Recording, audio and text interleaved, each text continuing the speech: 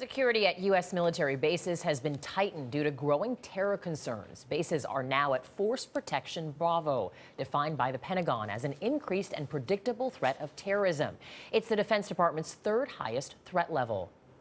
FBI Director James Comey says the Islamic State has sought to recruit, quote, hundreds, maybe thousands of people across the U.S., and some have been directed to go on the attack. CBS News senior national security analyst Juan Zarate is in our Washington bureau. Juan, good morning. Good morning, Anthony. Juan, the last time the U.S. was at Force Protection Bravo was on the 10th anniversary of 9/11.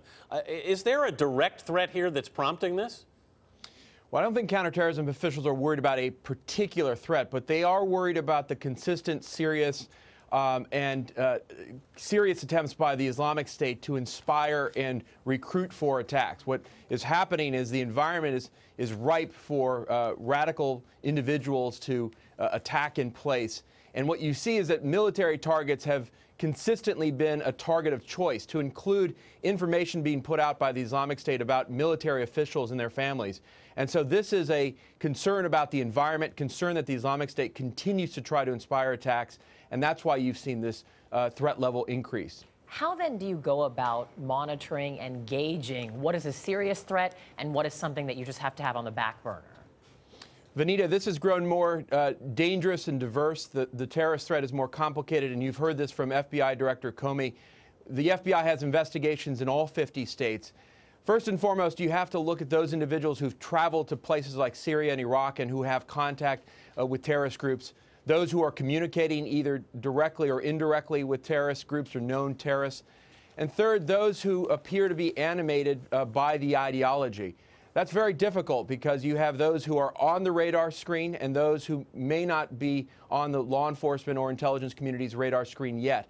And so this is a difficult challenge for the counterterrorism community. Juan, how is social media is becoming a real problem here? The law enforcement keeps talking about this. How is it effectively changing the game? Well, quite dramatically, Anthony, in three ways. One, social media allows groups like the Islamic State to diversify the way they communicate. And so they don't have to do this from a central hub. They can have many people communicating in real time. Secondly, they can do peer-to-peer recruitment. We saw this with the Somali Americans being pulled into the battlefield in Syria by a fellow peer. And then lastly, and importantly for the threat we're talking about, perhaps peer-to-peer deployment. That is to say, the ability to inspire individuals using social media to attack in place. And so this is changing the counterterrorism landscape. You mentioned the word inspiration. Is it just inspiration, or do you get the sense that there is actual direction in these social media images?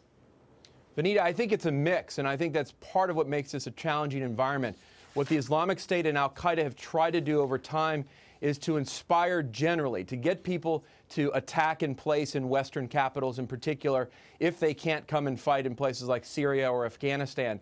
But they are also trying to, where they can, I think, inspire particular individuals and to get them to attack in particular ways or at particular times. And so it's a mix of both broad inspiration and attempts to animate particular individuals to attack.